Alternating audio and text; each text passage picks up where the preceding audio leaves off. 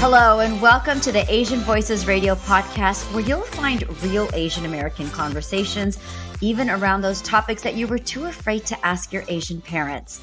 I'm your host, Rasha Goel, and joining me today is an award-winning Korean American filmmaker based in Los Angeles. With over 25 years of experience, he's considered to be a pioneer in making films about Asian Americans. His debut feature film as a writer and director was Yellow in 1997, featuring the first performances of Asian American actors John Cho and Jason Tobin. It is my pleasure to welcome Chris Chanley. Chris, how are you doing today? Thank you for being here on Asian Voices Radio. Good. Hi, Rasha. Thank you for having me. It's great to be here. Appreciate it. Oh, it's such a pleasure. So much to talk about with you, especially since you've seen the transition and so many changes in this industry. But I'd like to talk to you about growing up first. Now, I understand you were born in California. Is that correct? Yeah, my parents emigrated from Korea in the mid-'60s. I was born in the Bay Area in San Francisco. And then I basically grew up around California, mostly in the Bay Area, in the city, and on the outskirts of that. My parents were immigrants, and obviously first generation. They had this sort of prototypical like Korean American convenience store in San Francisco, which at the time was very, very different than it is now. So I essentially grew up, my entire childhood was spent in the summers and on weekends and holidays working at that store and kind of getting that slice of life from that vantage point, you know? And then I had a weird upbringing where we eventually were able to move to the suburbs because my parents were doing pretty well with their shop. But you know, it's kind of like you're sort of code switching in both environments, you know, and definitely when I was in the suburbs, I felt like the working class immigrant kid didn't really relate directly with a lot of my colleagues and stuff like that. And then back at the store was a different world too. So I grew up basically always as an outsider, always as an observer, kind of on the outside looking in, you know. How interesting. Well, I think a lot of us that come from immigrant families can relate to that. I'm sure that impacted how you've been creating your stories and the story time that you've done over the years. Now, there weren't a lot of films that highlighted Asian Americans in the 90s. I mean, even much less that were creating content during in the entertainment industry back then. So what inspired you to get into filmmaking, or why did you want to go this route? And did you have a mentor back then to help you? I never had, the privilege of having an actual mentor, but I definitely had a lot of influences and a lot of people that had helped me along the way. A lot of creative influences, you know, were other filmmakers like David Lynch and Hitchcock, Spike Lee, Wayne Wang, and some other incredible, you know, directors of that era that are still working today. But, you know, yeah. And as you mentioned, like there were some amazing things that were being accomplished in Asian American cinema. But it was also, if you think it is a struggle now, back then it was really the dark ages. It was really, really hard. And there were many great mountains to climb as far as overcoming hurdles and perception and all that kind of stuff. When I was telling people I was making my first feature film, Yellow, you know, we were trying to get things off the ground running in the mid 90s. I was getting all kinds of skepticism. You know, don't make a movie about 8 Asian American kids in Los Angeles on graduation night, like a John Hughes film, right? Or like American Graffiti with Ron Howard directed, et cetera, or George Lucas. I'm sorry, and but I wanted to make an American film that featured Asian American teens front and center. And I got so much pushback for that. No one's going to come see your movie, cast non-Asians in some of the lead roles, et cetera, et cetera. But we did it anyways. And I didn't do it by myself. I mean, there were people on our team that were also very passionate and wanted to change things and wanted to subvert the status quo, including, you know, the cast, Jason Tobin, John Cho, Bert Bulos, everybody involved was like, wow, this is what we want. This is what we want to do. We want to tell stories about us that are made by us and for us. And we sort of seized it as an opportunity, not as a hindrance, you know? I love that. And I want to talk to you a little bit more about Yellow before I get into the nitty gritty of that. I want to know what what helped you push through, because it could have been easy for you to get discouraged and think, oh gosh, all these people are, pushing back. But what was that inspiration that kept you going to say, no, I'm going to make this film? Yeah, there's many passages of uncertainty and doubt and stuff like that. But one thing that I've done is I've really invested a lot into learning my craft as a filmmaker and as a storyteller, from a very early age, I embraced what's different about myself. Like I've been making works about identity, about my background from the very beginning in a town, living in LA and on the perimeter of Hollywood, of always feeling that constant pressure of doing what everybody else is doing, following the trends or fitting into the bigger identity voices, et cetera. I've always been like, you know what, I'm going to just do my own thing because I'm always going to be that grocer's son, I'm always going to be the outsider. I'm not going to be the studio boss's kid at like a big film school. Like I'm going to just be the guy who came in off the streets and somehow ended up here, with a different background. So I've always embraced where I come from, for better or for worse, and because of that,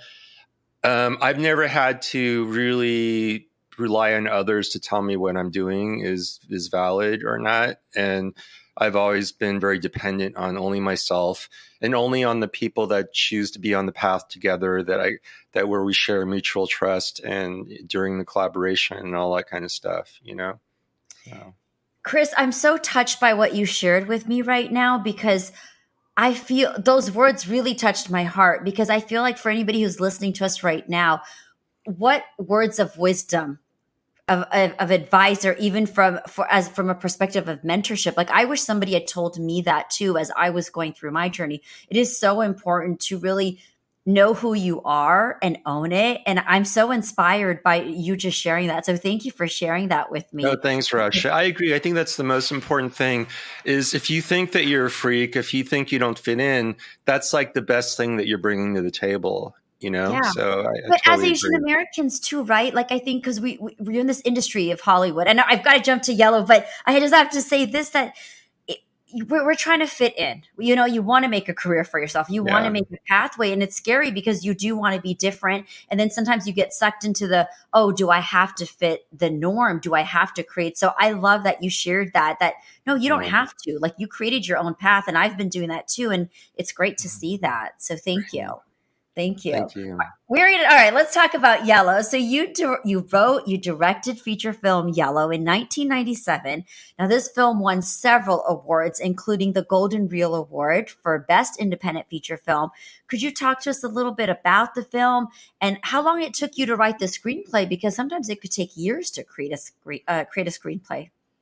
Yeah, I mean, I think, writing the very first draft of a script is usually pretty quick, but then really your work has just begun, right? So I think to get to a shooting script, I mean, to do the first draft was probably like 6 months, but I think to get to a shooting script was probably like 4 or 5 years while we were trying to raise money for the movie.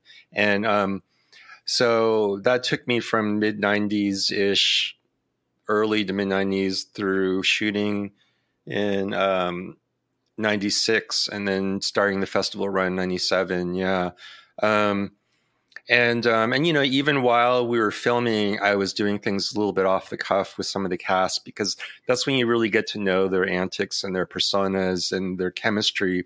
And we were trying to capitalize on that as much as possible too, because even though there are a lot of serious drama elements, we're also making a movie about kids having fun on a Friday night, right? So that was part of the attempt to capture that. Yeah. I love that. And then your recent film, Silent River, which I believe has won more than 10 awards, if I'm correct. Congratulations on that. And I know that it's opening October 13th. It's coming up at the Laemmle Glendale Theaters in Greater Los Angeles for a week. And then it's going to be available on video on demand on October 25th. I'm looking forward to watching it. Can you tell us a little bit more about the film? Yeah, so my third feature is called Silent River. We've been on the festival circuit for about a year, It's rather surreal now that in just a couple of days we're going to have the theatrical premiere, and as mentioned, we're going to have our VOD, video on demand release coming up on iTunes, which you can pre-order right now, by the way, at iTunes, Silent River, which really helps us. If you could pre-order the movie before October 25th, it helps us get on the front page of Apple and all that stuff. Otherwise, it will be available widely on video on demand October 25th on iTunes, as well as several other platforms. So yeah, we've been doing this festival circuit for a while, but to get to this stage, after like a 4-year plus journey, it's really remarkable, right? And I'm really proud of what the team has done. And we're also really excited because we're starting our limited theatrical at the Laemmle Glendale in the greater Los Angeles area near, in the city of Glendale. And our opening night, the Q&A, is a special guest, Kevin Martisek, who is a PR person recently with the Valley Film Festival, who's a huge champion in the film. Tamlin Tamita is our Q&A moderator on Friday, October 14th at the same theater. And then on Saturday at the evening screening is Craig Borton, the Academy Award nominated screenwriter for Dallas Buyers Club, a tremendously talented individual as well. And we're so thankful of the support of all three of these moderators to help bring light and attention to the film. But if you want to meet or see any of them in just the discussion, please come to one of those 3 screenings. How exciting. Can you tell us more about what the film is about, the storyline? Yeah, Silent River is about a young man who stops at a remote desert hotel on the way to reconcile with the love of his life, who isn't quite ready to see him just yet. And while he's at this hotel, he encounters this mysterious woman who's also another guest at the hotel. And he begins to get very wrapped up in her shenanigans. He's initially drawn to her because she is a spitting image of his ex-wife, and so it becomes this sort of story of intrigue and mystery. That's interesting. That seems fun. Mm-hmm. It's now been 3 decades since you started your journey as a filmmaker. Can you share what it was like back then when you first started to what you're seeing now? And especially when it comes to maybe the barriers and challenges as an Asian American filmmaker.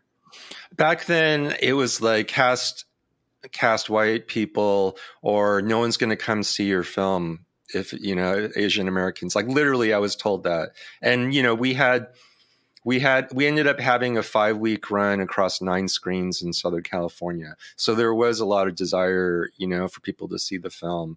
I would tell people. I remember walking around Park City, telling people, "Oh, please come see my film," and we're all handing out these flyers and stuff. And I tell them it's an Asian American coming of age story, and they would ask me if it was in English. So we've come a long ways from that, and there's been a lot of great breakthroughs in the last even 3 years, but like 5 years, like a lot of amazing filmmakers and films and shows and all this stuff having a huge impact and really bringing people of color and Asian Americans forward, into the fabric of American culture, and people like finally recognizing us as participating. There's a long way to go. There's still a huge way to go. There's a lot of stories to be told, but it's an exciting time, and it's a better time than it's ever been in the last 30 years. Yeah. I absolutely agree with you. Looking at this current time, Chris, what would you say is a continuing challenge or a new challenge that we are all trying to kind of overcome? There are so many things. It's a business, so that's always going to have an impact. And, with Silent River in particular, the makeup of our cast and crew and all the principals and leads, it's largely people of color, men and women, and heavily weighted towards Asian Americans, as far as the leadership roles and stuff. And yet we're sort of a peculiar film because, we identify ourselves as creatives that are Asian American, yet we're not making something that is like, it's not, I'm not making an identity film. and it's not about certain touchstones about our experience that I've definitely explored before that still has many valid stories to be told and is still very rich terrain. But Silent River isn't really one of those movies. So so again, I'm kind of venturing into the unfamiliar in terms of how do we fit into the marketplace and in terms of that challenge of building an audience, right? For people of color venturing into these kinds of works, like into doing things that might appeal to an audience of Stanley Kubrick or David Lynch, or even Asian cinephiles like Wong Kar-wai and all these other famous directors and stuff. We're trying to like sort of build an audience in a different sector of the Asian American and also just film loving crowd, so Right.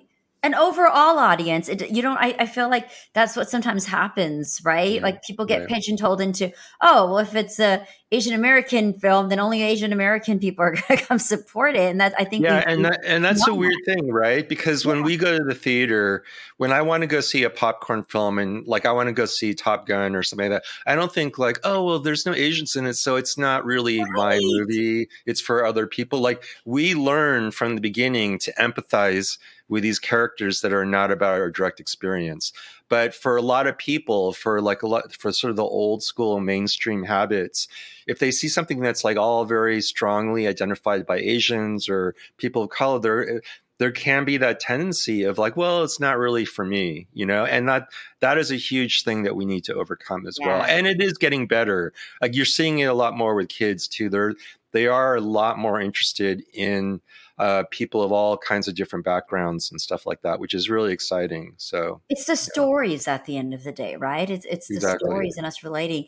What's been really exciting, Chris, is just seeing the love that a lot of the Korean dramas and movies are getting. So as a Korean American, what do you think about that space and how Korean dramas and movies have been dominating this entertainment space internationally? I mean, it's super exciting, like go Korea, right? It's amazing. And I got to tell you, like, I grew up, when I was a young person in the 80s, I was the biggest consumer of like MTV and the new kinds of genres that were coming out for mainstream films and stuff like that. But back in the day, like, I felt that lack of Asian representation in the popular things that people were going to see, right?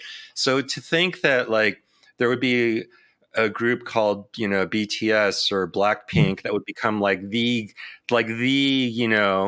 pop culture phenoms of their generations, it was almost unthinkable when I was growing up. And it's amazing how we've really evolved into this global culture of, consumption and influence. Yeah.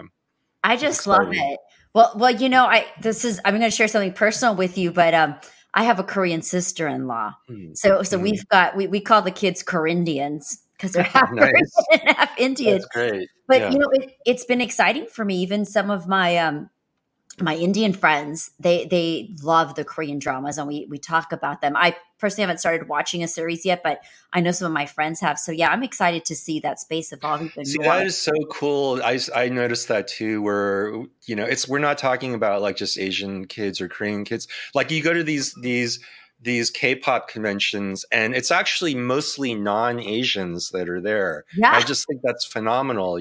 Like it's so great to see kids getting excited without race being, a qualifying barrier. Yeah. I'm so with you on that because again, I think it goes back to us connecting as human beings, and it goes back to the stories, right? We all learn from each other. So it doesn't have to be identified by the race.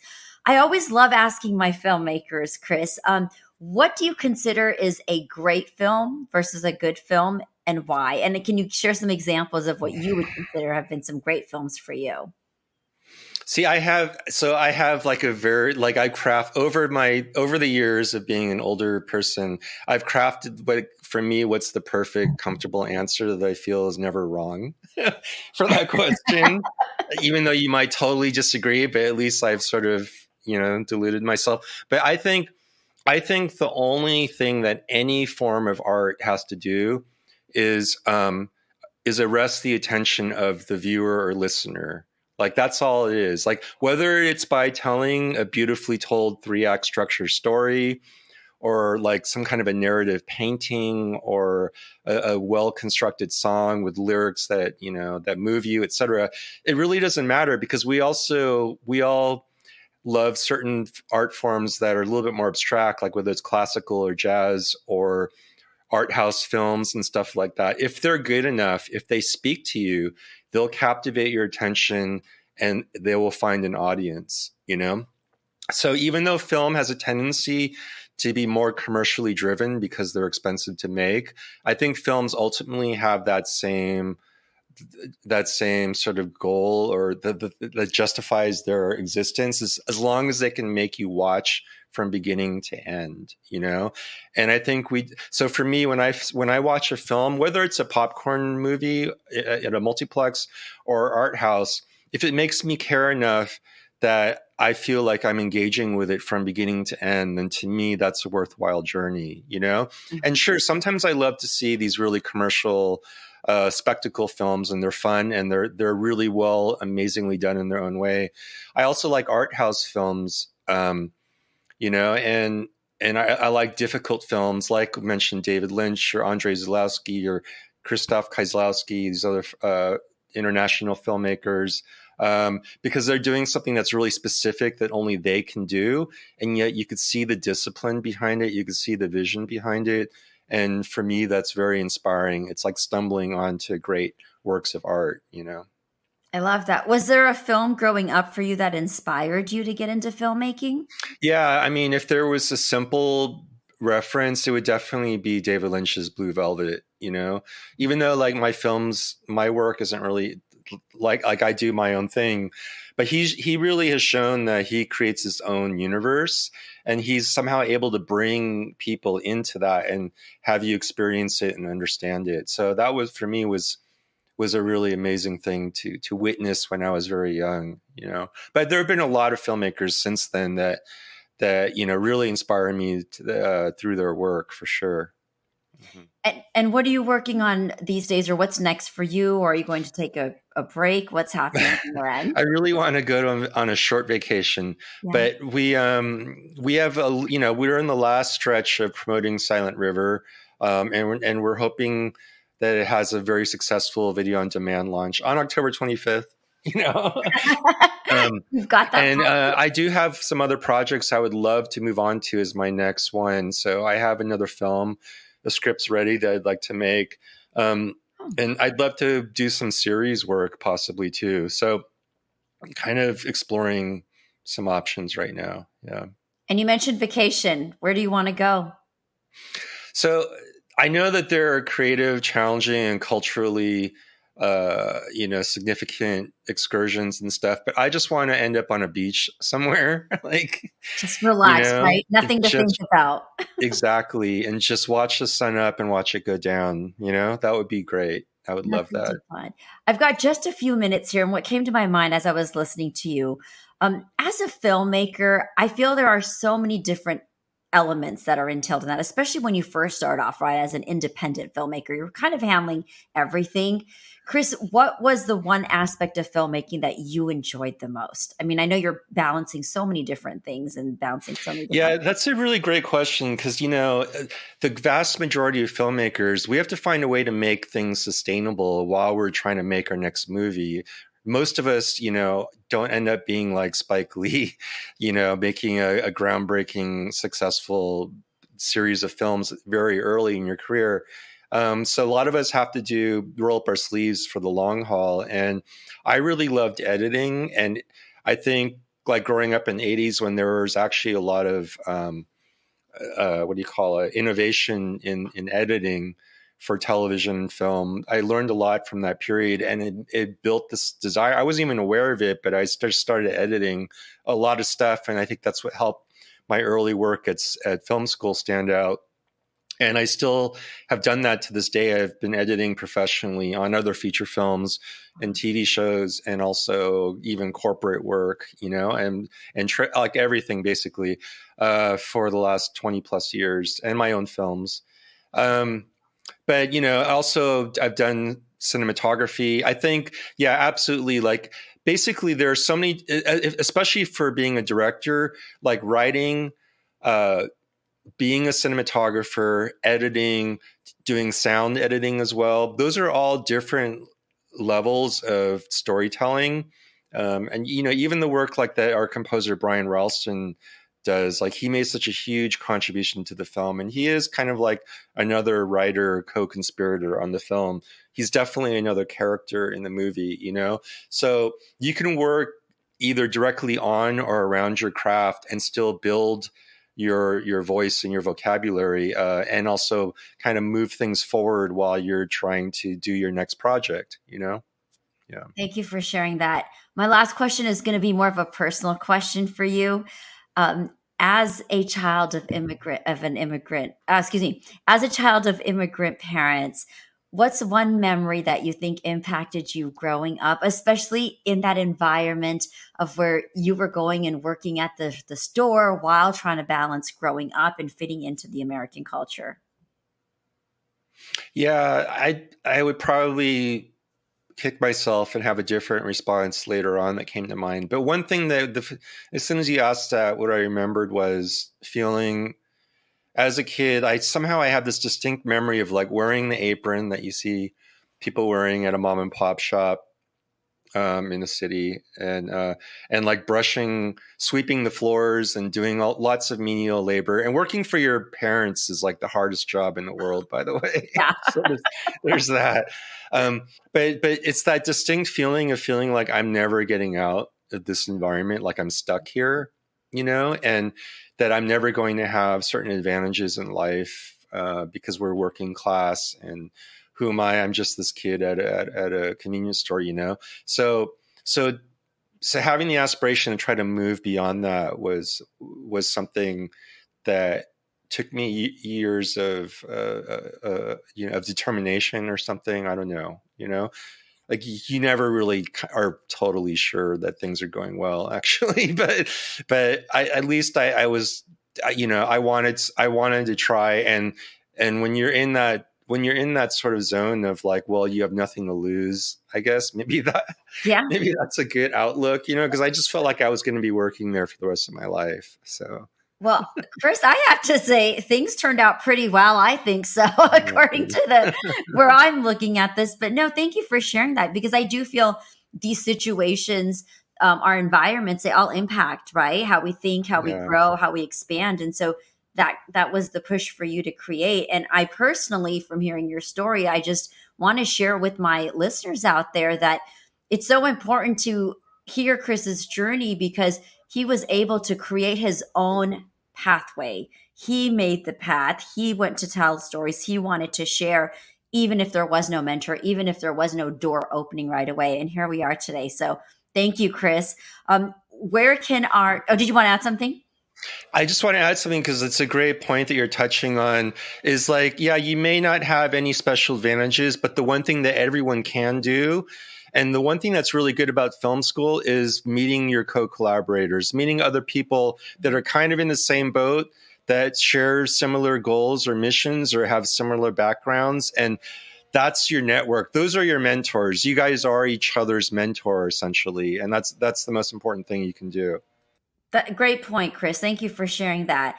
Before we go here, what are some social media links that people can follow you on, or any website you want to share with us? Thank you. Everything can be found at silentrivermovie.com. The film is available for pre-order right now on Apple iTunes. It's called Silent River. You can also purchase it on October 25th. Either on Apple TV or iTunes, or it'll be available on various other platforms like Amazon, Comcast, and a lot of other, like about 23 platforms. So we're hoping that this is when really people are going to have a chance to see it. But if you want the latest information, we're at silentrivermovie.com. Awesome. And that's where they can learn about you as well, Chris? Yeah, everything's there. We have the bios of our key cast and crew there, and there's some media, and there's a lot of information about where we've been screening at and where you can find the movie.